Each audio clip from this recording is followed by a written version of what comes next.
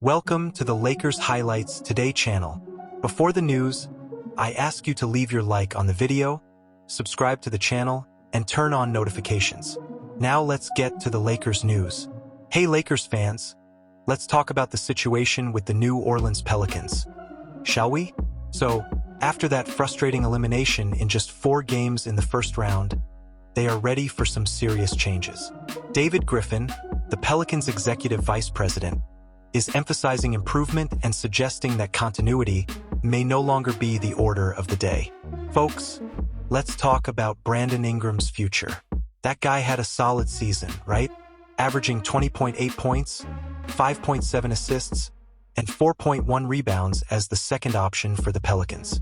But now rumors are swirling that he might be traded. Crazy, isn't it? What do you think is going on behind the scenes?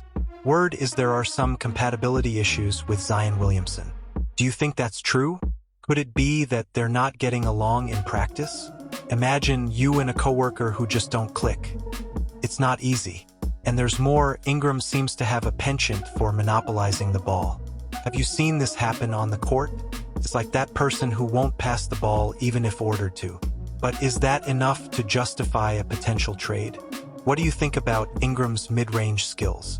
Is something missing there? It seems like it's not helping much to solve the team's spacing issues.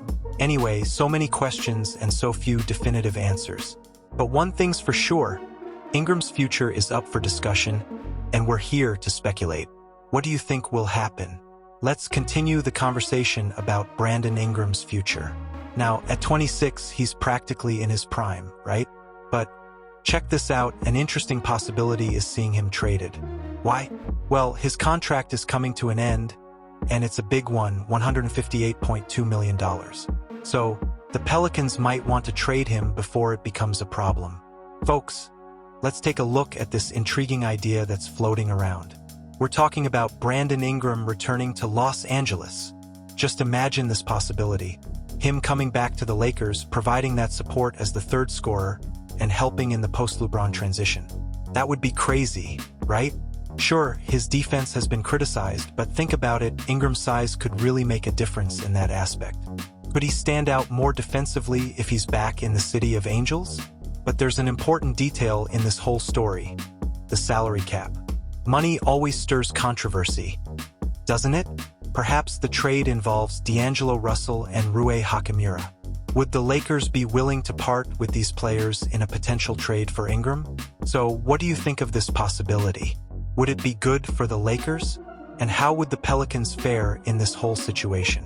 So many questions and few definitive answers, but that's what makes the NBA world so exciting, isn't it? I want to hear your opinions on this possible return of Ingram to the Lakers.